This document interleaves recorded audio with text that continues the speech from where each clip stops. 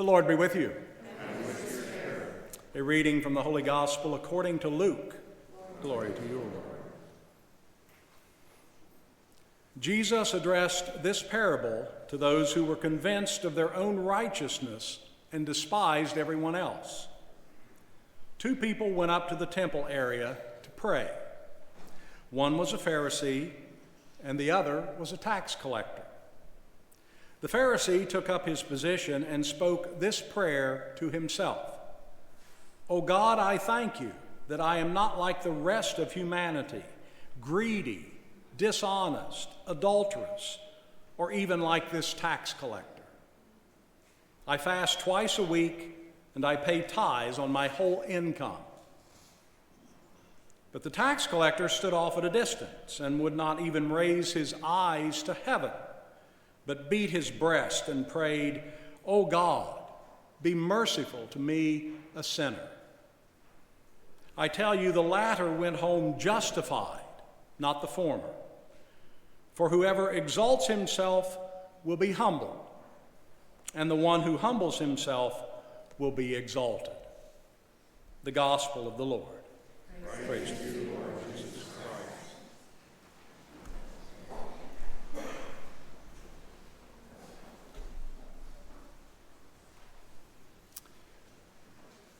This rough-looking farmer entered the local church and spoke with the church secretary.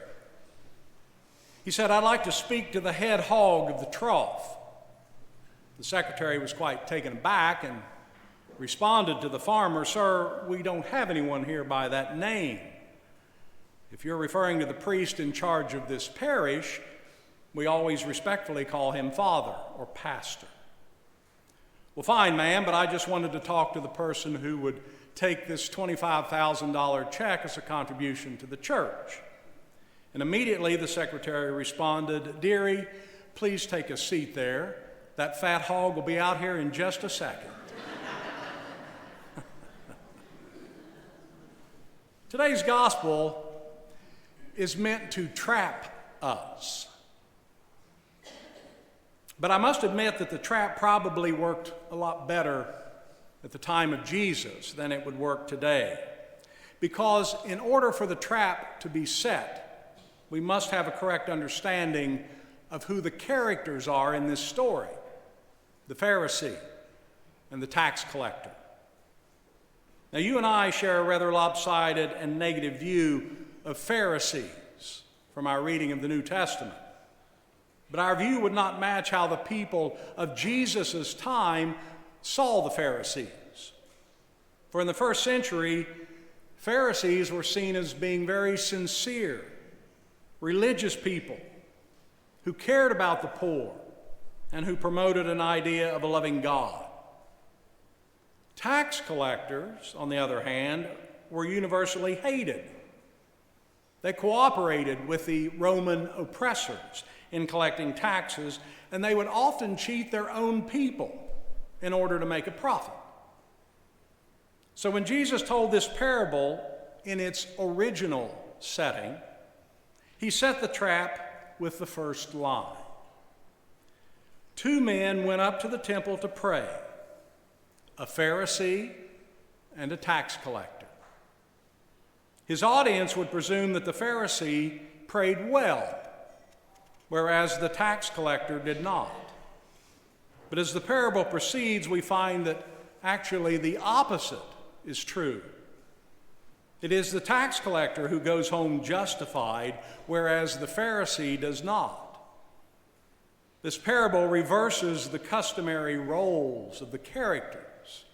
It overturns our expectations. This parable is a warning against prejudging others. It warns us about the quick judgments on which we base our life many times. The word prejudice, at its root, you can hear it, comes from prejudging, because it is a prejudice to judge people without knowing who they are or what they think. We prejudge people all the time. A new person comes into our neighborhood or into our office or into the school. he or she talks a little differently or acts a little strange, and we just write that person off as someone we really don't want to know. We meet somebody who is maybe a manual laborer, has dirty clothes, and we think that person's not very bright, doesn't really have anything to say that we care to hear.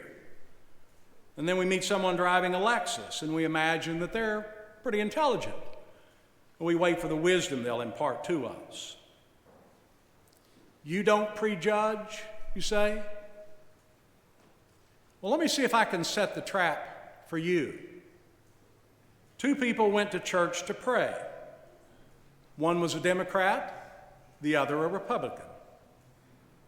Who said the better prayer? You think you know? Are you sure? Two people went into church to pray. One was an American, the other was an Iraqi. One was black, the other was white. One was gay, the other was straight. One was Catholic, the other was agnostic. If you think you know who said the better prayer, well, then you have fallen into the trap. You've exhibited prejudice because none of us know who will say the better prayer until we hear it, until we know who these people are. If you're caught in prejudice, I just admit it. But then ask God for the power to change. Because you see, whoever exalts himself will be humbled, and whoever humbles himself will be exalted. Amen.